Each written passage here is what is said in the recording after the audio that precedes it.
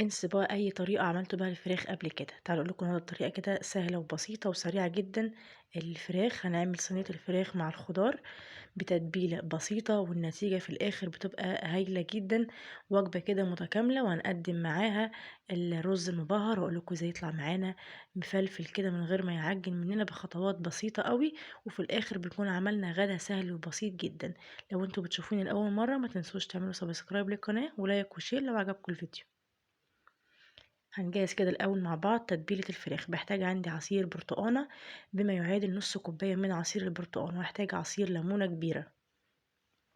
عندي بقى التوابل، هحتاج معلقة صغيرة من الملح، نص معلقة صغيرة من الفلفل الأسود، ونص معلقة من الكزبرة، ونص معلقة من الجنزبيل البودر، نص معلقة من التوابل بتاعة الفراخ أو ممكن مرقة دجاج فورية، ومعلقة صغيرة من البابريكا المدخنة بتديها طعم حلو جدا، ومعلقة صغيرة من الزعتر.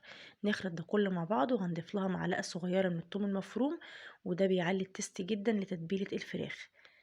نخلط كل التتبيلة مع بعض. واستخدمت في وصفة النهاردة الوراك، ممكن تستخدموا أي قطعة انتوا بتفضلوها، الصدور أو فرخة كاملة. الوراك بغسلها كويس وبعمل فيها فتحات بالسكينة بالشكل ده عشان التتبيلة توصل لها كويس في كل حتة. بنغطيها بالتتبيلة كويس أوي من كل جهة عشان نضمن ان هي اتشربت من التتبيلة. طبعا وقت التتبيلة حسب الوقت المتاح عندكم، عندنا من ساعة، أقل حاجة ساعة لحد 4 ساعات، وممكن كمان ليلة كاملة لو في وقت. المهم نسيبها شوية عشان تاخد طعم كويس. انا هركنها كده في جنب او ادخلها التلاجة 3 4 ساعات، وبعد كده هنطلعها ونبدأ نجهز لباقي الطاجن بتاعنا. الخضار بقى اللي انا استخدمته في الطاجن دوت حسب المتاح عندكم. انا استخدمت البطاطس والجزر، ممكن تضيفوا كوسة، بسلة، فاصوليا خضراء على حسب الموجود عندكم.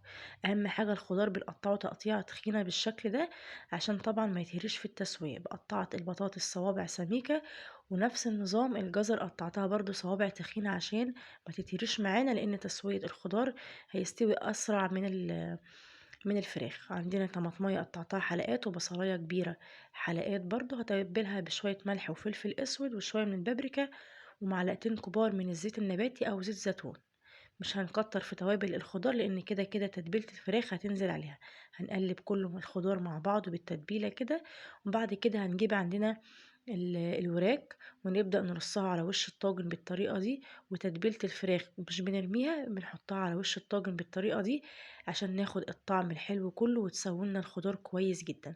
هنضيف على وشها معلقتين كبار او معلقة كبيرة من السمنة البلدي او الزبدة، ونشغل الفرن كويس جدا عند درجة حرارة 220 أول نص ساعة. بعد كده بنهدي 180 ونغطيها بفويل ونسيبها نص ساعة كمان. هنجهز هنا مع بعض الرز المبهر. هضيف عندي معلقة من الزيت على سمنة، وعندي شوية توابل عطرية زي ورق الغار والقرنفل والحبهان واللومي، وممكن قرفة خشب. أنا استخدمت عندي القرفة البودر حوالي نص معلقة صغيرة، وكمان هنستخدم شوية من التوابل بتاعة الفراخ اللي هي الكاري، وشوية فلفل اسود. التوابل عايزاها تاخد كده تحميصة خفيفة لحد لما ريحتها تطلع بس. ضفت عندي كوبايتين من الرز البسمتي.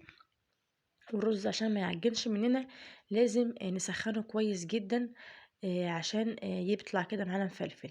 هضيف لها شوية ملح حوالي معلقة صغيرة، ونظبط معيار المية بيبقى ضعف الرز، يعني هنحتاج 4 كوبايات من المية السخنة. ونسيبها على نار عالية لحد لما تبدأ تتشرب معانا. وبعد لما بتتشرب بنبدأ نحط على وش الرز عندنا حوالي كده 3 معالق كبار من الزبيب، وده اختياري. ونغطي عليها ونسيبها لمدة 10 دقايق أو ربع ساعة بالكتير. وبعد كده بيبقى الرز استوى معانا وبيطلع معانا مفلفل زي ما انتوا شايفين بالشكل ده.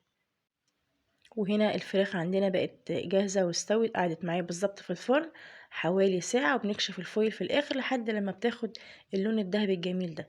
وبعد كده بنقدم الطبق بتاعنا الرز المبهر مع الفراخ وشوية الخضار.